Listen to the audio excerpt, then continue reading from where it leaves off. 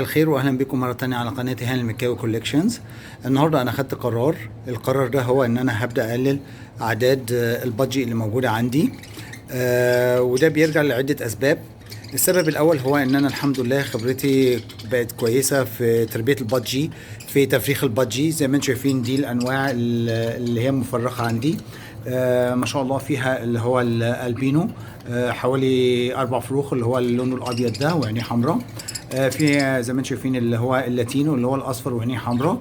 في كمان اعداد تانية، في كمان فروخ تانية من اللي هي الاوبلاين، زي ما انتم شايفين اللي هي الالوانها الجميله دي. فالحمد لله خبرتي انا الحمد لله بقت كويسه في البادجي. ده السبب الاولاني. السبب الثاني ان انا عايز ادي لنفسي فرصه تانية ان انا ازود خبرتي في انواع تانية من العصافير، ان انا ابدا اتعرف على العصافير اللي هي التانية، وابدا ان انا ازود خبرتي في حكايه التفريخ فيها. لان طبعا زي ما قلت لكم في البدايه خالص ان عصفور البادجي يعتبر اسهل عصفور للتربيه، بس العصافير اللي هي بتيجي اعلى منه بتبقى محتاجه خبره كويسه في حكايه التفريخ، لانه اوريدي بيبقى فيها صعوبه شويه في حكايه التربيه، في حكايه العلاجات. فطبعا دي كلها للاسف مش متوفره عندي. فانا حابب ان انا اشتغل على نفسي شويه، وان انا ازود خبراتي في الانواع الاخرى من العصافير. ان شاء الله. زي ما انتم عارفين انا كنت مربي روز اللي هو تشيكو العصفور بتاعي الاليف، بس للاسف ما عملتش تفريخ منه. طبعا زي ما انتم برضو لو انتم متابعين القناه بتاعتي هتشوفوا في فيديوهات كنت عاملها على الفيشر. فده الحمد لله انا جبته، بدات فيه والحمد لله حصل تفريخ عندي، فدي كانت خطوه كويسه. ان شاء الله العصفور اللي انا حابب ان انا اجيبه هجيب الكوكتيل، مع ان انا الكوكتيل ما بحبذوش قوي، لان مشكلته ان هو ضعيف والمرض بيأثر فيه على طول.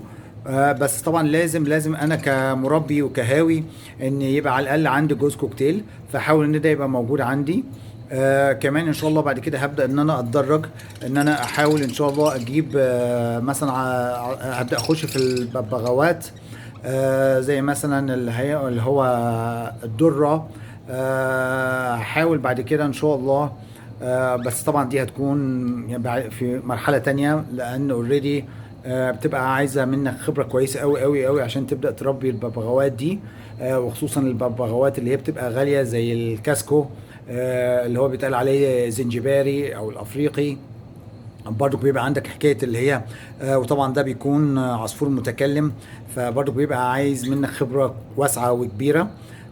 كمان بيبقى في عندك الامازون، برضو بيبقى عصفور متكلم، ولازم انت برضو تكون خبرتك كافيه ان انت تربي ببغاوات من الانواع دي. طبعا الكوكاتو طبعا اجملهم، وطبعا اغلاهم.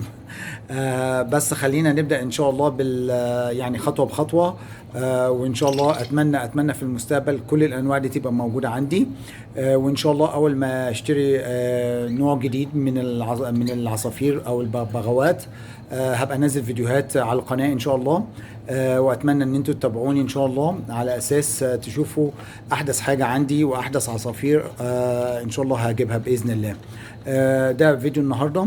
اتمنى يا رب اذا اعجبكم ان انتوا تعملوا سبسكرايب وتفعلوا زر الجرس، وطبعا تعملوا لايك، ويا ريت يا ريت تشاركوني بتعليقاتكم، على اساس ان شاء الله ان انا اشتغل وان انا احاول اقدم الاحسن والاحسن.